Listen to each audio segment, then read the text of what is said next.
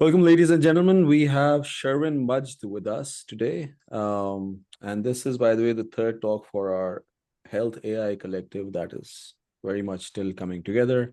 Shervin brings over 15 years of leadership in digital health, AI, and data analytics, having driven innovation at organizations like Providence Health and Juvare. He has led enterprise scale platforms adopted across major health systems, including Kaiser and Providence, improving outcomes and driving millions in impact. Beyond his executive roles, Shervin advises Stanford, UCSF, and multiple startups, and is an active investor with life science angels in the Bay Area. And with that, Shervin, my mic is yours. Please start. I appreciate it. Thank you. And good morning, good evening to everyone, wherever you are. And let me share my screen first. So yeah, I presented this topic, snippets of that to different groups, to Stanford, others. But this time I kind of tried a little more to sort of on making sure flow is consistent. I would love to hear your thoughts after the talk and in terms of how it resonates with you. But let's jump into it. I'm using a graphic here to highlight probably the most important message or messages here. And the first slide, basically, the point here is the fact that anytime you need to, think about or deploy a new project or major change or innovation, you do deal with, of course, risk is natural components of that uncertainty.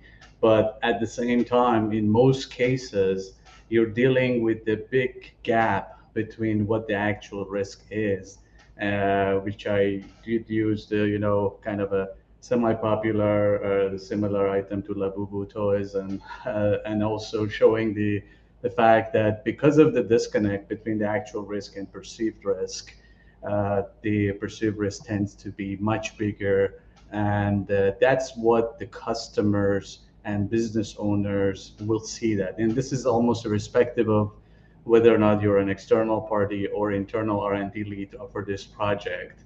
And it's very much kind of boils down to the fact that if you put yourself in the shoes of the customers and looking at that perceived risk on the wall, what do you expect to go forward properly? And I think hopefully this is the only, even if you want to take this as the only takeaway here, I'm emphasizing on the fact that at the theoretical level, what I will give you today is probably, may come across as simple or easy, but at the practical and execution level, most groups are not doing enough to sort of address this point. Let's go to the next slide. A little bit about me. Thank you, Kanan, for the introduction. I think, yeah, I mean, the key point I'm going to emphasize here is that when we think about innovation in general, especially in healthcare, we do require, a multidisciplinary view of things, and that's been, kind of my mission in the past 20 years or so. Essentially, started my work in biomedical engineering, and assuming that this is as is interdisciplinary as it gets. But then later, I realized that it's important to understand about regulatory, having a deep domain knowledge of healthcare, product management, investment can help a lot about commercial viability and ROI, data AI itself on the technical side, and obviously the last 6-7 years, the bucket that I highlighted here is kind of used mostly on this talk because I had to go through fighting the odds of a scaling innovation, and building from scratch, and dealing with a lot of things that I'm sharing with you today. And by scale, I mean product and platforms that achieve sustainable adoption today, meaning they're still in use despite that I'm not with these organizations for the past couple of years, impacting more than 50,000 employees at Providence, and patient level we're talking about over 1 million patients, over 15 hospitals. These are our clients for those 4 or 5 platforms. And at Juvare, I got a chance to do the same kind of concept and work, building a new platform called Exchange to empower the collaboration across external partners. When you have FEMA, hospitals, police department, fire department that need to work together to exchange the data and also use one UI. I got a chance to work closely with the sales and CSM teams in that organization, and selling the product and platform to 40 clients, and deploying it across 5 major enterprises, including Kaiser NorCal with 27 hospitals.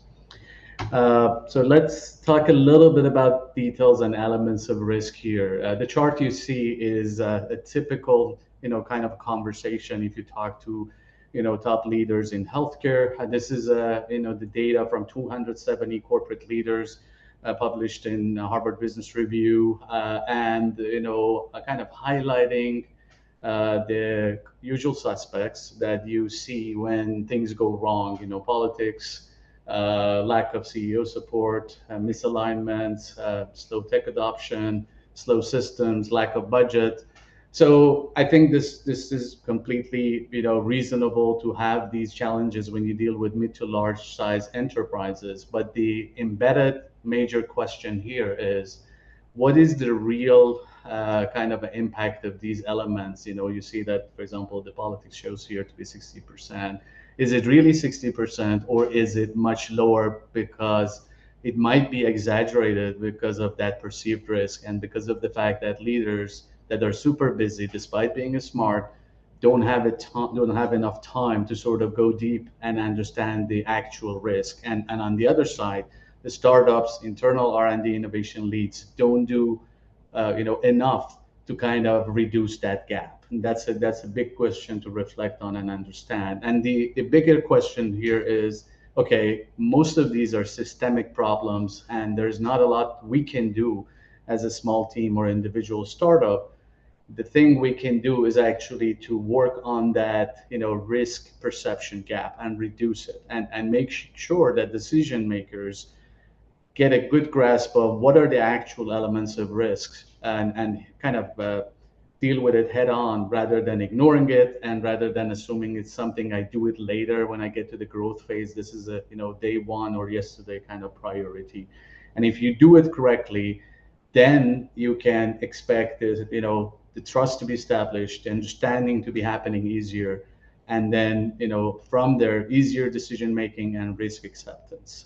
We continuously hear that leaders at the large organizations are not taking risk. Again, some of it could be true, but the other part is they're probably not taking the risk if they're not understanding it, or if they see it as a major bucket, or that monstrous graphic I showed earlier. And I think these are very important to sort of pay attention to. And in the next couple of slides, I'll talk about a couple of strategies to sort of reduce that gap. The three that I focused today that are very important, and I've applied it, and it kind of paid off significantly for me, is that domain-specific communication, cross-layer engagement, and agility, robustness, balance. So the first one is the fact that when you kind of try to work with your stakeholders, if your stakeholder is a CFO, a clinician, or an IT lead, they use a different type of language, and it's really the responsibility of us startup founders and innovation leads to make sure we speak that language, make sure that CFO understands the ROI, make sure that clinician gets the aspect of what are the outcomes, what is the benefit to the patient, and making sure that the IT leads get a good handle on how much security risk or privacy risk we're talking about. The other way to think about it is, generally, you have to kind of take the lead and ensure that your main stakeholders get a good understanding of what's in it for me, and making sure that they truly comprehend how this new approach and the learning curve associated with that helps them to have an easier life post deployment, and after they go through, some of the hurdle of, let's say, early adopting your solution. And that's why I think ensuring that you can speak all those languages, between you and your team is highly essential, because each of these stakeholders play a big role and everything to come together, and major decisions and supports, to sort of happen at the right level. Next topic is that is also equally important, is the fact that yes, executive buy-ins are important. It gets you in the door, but middle management and frontline end users are the ones that keeps your solution and helps you sort of deploy it successfully. We hear this common statement from startups when they present it to VCs or when they think about it that, who pays the bill and I need to talk to them.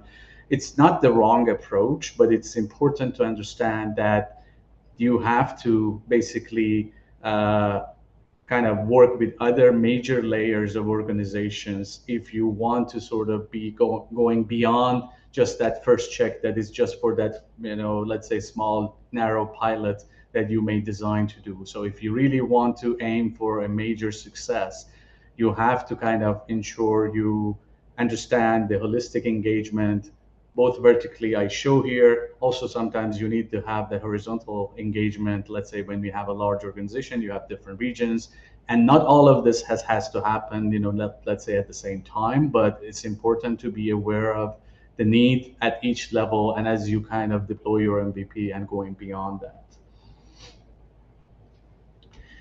And the third one is the agility and robustness imperative. I think yesterday's talk maybe touched on that a little bit. You see several data points I'm sharing on these slides that basically a lot of the pilots, failed because of not meeting and understanding sort of these points. And here is basically the third one.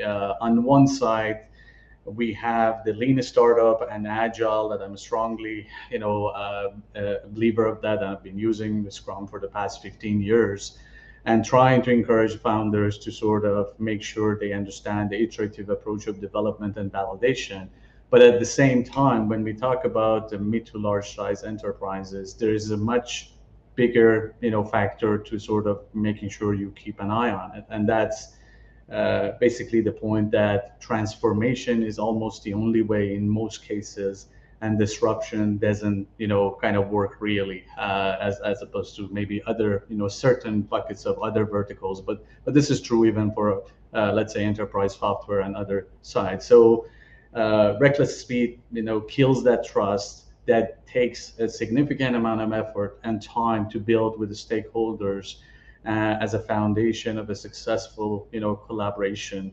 And if you, let's say, you launch your MVP, and if things go on the right track and you get a quick, reasonable adoption, let's say 2x, and your system breaks, that's really very difficult to sort of get back on track, because the stakeholders feels that they have been, I'm using exaggerated term, they've been betrayed by trusting you, and their job or their role is on the line and everything else. And that's why you have to have a balancing point as you go forward, between the agility and technical robustness and the scalability.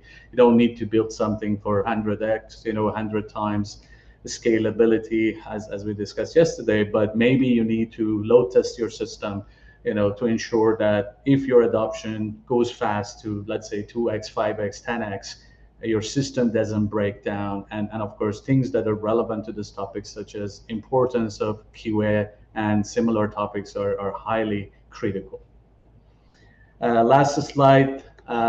Everything we talked about here is kind of can be captured as the, under the overarching theme of building and maintaining trust when you deal with innovation, when you want to sort of go forward. And I want to emphasize that everything I'm talking about here is not just for the growth phase. You don't have enough time and trust and a lot of other things to sort of start thinking about these points later on when you get to the growth phase. And that's why, in my view and based on my experience, this has to start from day one. You can certainly adjust, the amount of efforts depending on the stage you're working on, but all of these are highly critical to sort of make sure that this is, considered, some of your major priorities, and you continuously work with your customers on those and kind of making sure that you get that trust and you maintain it.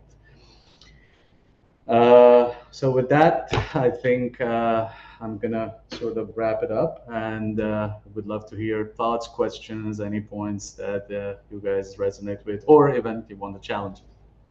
Yeah. So Randall, you want to go first? I'll hold my question. Yeah, so this is a great kind of talk and intro. Can you describe a bit more on What are some of the must-haves that you have to have in place before you could really embark down a larger scale effort? Is that data provenance, data cleaning? Is that is particularly for AI? Is that going to be evals? You mentioned QA in there. All of these things are somewhere around trust. But can you talk a little bit about like what do you have to have in place as a prerequisites before you can really embark on any significant, impactful journey? Yeah, I think the very going back to the day one, when you think about the ideation phase, or even accepting a project or not, if you believer of going deep into the pain point, identifying the root causes of pain point and opportunity size, and deciding if this is the right fit to even do as a top priority, you usually have to have top end users, stakeholders to interview. It's typically a best practice of UI UX that you have to do in day one, and most groups may not do that properly, but you can potentially start building that trust by just leveraging your stakeholders at that level. They're busy, but of course, if you kind of maintain the importance of their time, the bandwidth, and make sure you ask the right questions, you prepare for those meetings, and you have the right person from your side in the meeting, I think that's going to be slowly building that trust. Going back to the other side, when we have, let's say, MVP rollout, and before that preparation for that, QA is something important that's been unfortunately uh, getting dropped more and more in the past 10 years, with the assumption that we can do it later, or we can do it, we can fix it later. The other things is actually the fact that when you have your architecture review board and you work with your chief architect or whoever is leading that, it's important that you have people from the product and people with experience on the scalability side in the room, so that they keep the performance metrics, the load testing that has to be done, the latency that has to be tested. Those are the things that are, think about it as the first impression when you launch your solution, that it might be okay for certain settings, if certain details are missing, but some of those could be highly reflective of sort of a bad trust or mistrust, if you just go without preparation. So some of it is has to happen before your even first deployment. Some of it can be done later, but a lot of it is uh, a dynamic evaluation of everything I'm talking about, based on the complexity, based on the footprint size. A mid-sized healthcare enterprise is potentially can be different than a very large one in terms of the risk, the distance between actual and perceived, and kind of the attention you have to give to trust. That's just one example. But again, hopefully you get some of the sort of points I'm referring to, rather than being just worried about one specific technical approach. I think, yeah, the QA generally and validations are highly important. I have another question there, but I'll let Linda go. Oh, thank you so much. Appreciate that. So Shervin, I just wanted to bring up one other point related to what you said about getting the C-suite buy-in and keeping the organization's trust. And that's self-efficacy. And that's a term from health communications that means that the individuals at the organization who are going to be using your innovation have to feel comfortable with using it, and they may be tech shy. And I found, particularly working with kind of relatively lower margin, publicly insured providers and so on, that their staff is really averse to new tech, and Mm-hmm. that I've had to hire people to go to different clients and sit down with them and show them exactly how to use it and how it speeds up what they were doing or enhances the accuracy. I was just wondering, what's been your experience? And do you have any thoughts on making that process smooth? Yeah, I mean, this is the item number one that I had. Basically, I called it domain specific communication, right? Of course, we can use Mm. other terms as well. And by no means this is not exhaustive list. I had three items. There's more, but for 10, 15 minutes conversation, I think this is good enough. And these are top priorities. But this is what you described is exactly what has to happen as well. So day one, or maybe the first 3 months I was with Providence, before I have even org chart that I want to put together to hire, I was actually shadowing the full sort of a process and workflow of frontline users for no-show process and late cancellations at one of our clinics in Portland. To the point that some of my peers or my boss, data officer of the organization, was a little bit surprised that why am I there even, because it's not common. But at the same time, that's important. And later on, I actually hired one of the kind of a more of a entrepreneurial kind of individuals in my group to do internal roadshows and making sure he spends time with the individuals you're talking about to ensure that no question is the wrong question, making sure they don't feel, let's say, stressed or they don't have time to ask the question, so that those layers. The worst thing is if they don't understand it, then they will assume that monstrous graphic. That's just usually the case. Right. And that's why it doesn't matter. Frontline, middle management, top, and sometimes horizontal layers. All of those burdens, unfortunately, is on the shoulder of the entrepreneur and R&D lead or innovation lead, and you have to address it. Yes, and just one thing in response to what you said is buying the whole organization's buy-in, or everyone who's relevant, that is. Yeah. Thank Randall, you. back to you, and then if there's anyone else, otherwise I'll take the last question, and hopefully we will wrap this up on time. Yeah, I don't know if mine's gonna be quick, but I'll try. Oh man. How do you help leadership avoid thinking about this as just another IT project? Because as I've understood things, they're along the successful projects in this space, particularly with AI, come along with a sizable change in their mindset about how they operate, how they deliver value, and that is a bigger thing to tackle than just implementing an IT project. So how do you help avoid that trap? Yeah, I think good question, multifactorial. When I joined Providence, I had 10 ideas on the table before me. I had to kill 7 of them to focus on 3 that were more sort of valuable, the opportunity in terms of minimizing the risk. So that's where my VC hat kind of was helpful for me to sort of give them the big picture and present them to the point that, these 7 has to be killed. And sometimes, don't get me wrong, we had good projects among those 7 that, for example, we didn't have a focus and committed business owners. And that's why we lowered it in terms of ranking against the other 3 that wanted to do. So that's kind of in the early phases and when you kind of go deep into the pain point. But once you kind of have all the facts, it's important to sort of present the potential ROI and kind of a targeted ROI that you can achieve for these folks. And you have to sort of make sure that you understand they have 100 priorities for this year. So it's your responsibility to sort of first identify a top opportunity that has the right to be among the top 5 or 10. Otherwise, it won't get the attention. But related to our talk, you may identify that, but a lot of times what I've seen is I'm saying you or me again, anybody that is leading the project, you may not do a good job of going through that explanation and ensuring that they get the true picture of risk, true picture of the value, and kind of say yes as this top 5 or top 10 priority. And there's no other secret sauce to this, because I'm sure you guys have heard of many large organizations that they have continuous free pilots or even slightly paid pilots forever, and they don't adopt any of them. That's just because they have so many things going on. Yep.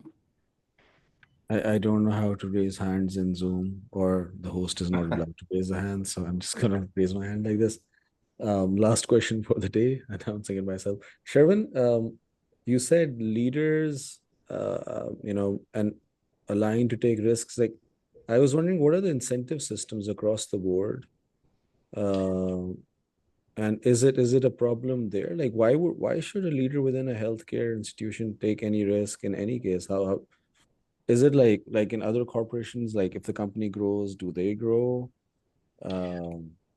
So I think, I mean, again, all of these are good questions, but each of them probably require half an hour discussion. So the point is that what you're describing is a logical sense to say that leaders in the large organizations are not taking risk. And again, part of it is true, and I fully agree with that, and that's a problem. But the other part is the fact that as we have, for example, major incidents such as COVID, such as cybersecurity ransoms and things like that, those unfortunate situations will act as a catalyst for innovation. And that's where the leaders have to decide to sort of take risk, or they will be in trouble to sort of fix these problems. And as they fix the back end with digital transformation or with data platform, they also eliminate a lot of bottlenecks for innovations that we had it for other projects. So that's when you see changes, and that's where you see changes or to the appetite to take the risk. But I'm also emphasizing on the fact that you do have a reasonable number of leaders that they want to sort of do a big impact, or they want to kind of uh, move forward, and you consider them champion, and they play a big factor for the question that Randall also asked, working with champions, finding champions at each layer. But even for those champions, we need to make their life easy for their decision making, and kind of taking that risk at the level that is actually in place, rather than giving them a completely confusing, uncertain project that they may not feel comfortable. So that bucket is not a small bucket, but because we don't have an objective way of measuring that, we consider all of these under one bucket of saying that leaders don't take risks, period, which I don't think is completely true, but it's true. But we have to also understand the other side. Thank you so much for a wonderful talk. We'll end here now.